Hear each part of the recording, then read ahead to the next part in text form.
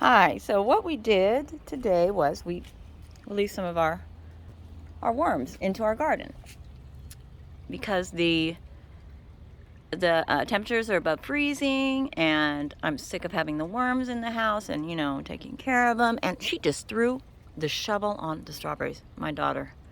God dang it. Anywho, so anyways, what we did was we buried some kitchen scraps. You can see them kind of everywhere because the children did it. And then I threw some worms in. So what we're going to do right now is see if they're still there. So they did it here, and they're kind of not trustworthy about what they're doing. So I'm not going to look at what their worms look like.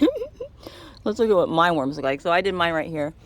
So I just dug a hole, threw in my kitchen scraps, and then I took a handful of worms and dumped them in. And so here they are. I can see them right now. I don't want to hurt them, but I want to show you. See, there they are. See? So I just threw in kitchen scraps like we do into the compost bin, and I just boom covered them up.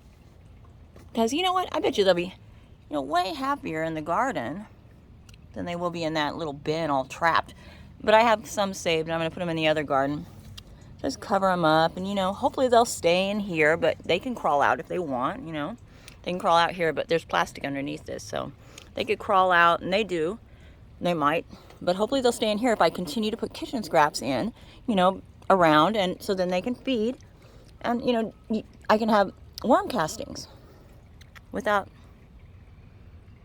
or we don't have very many worms in this dirt because our dirt's very, very hard.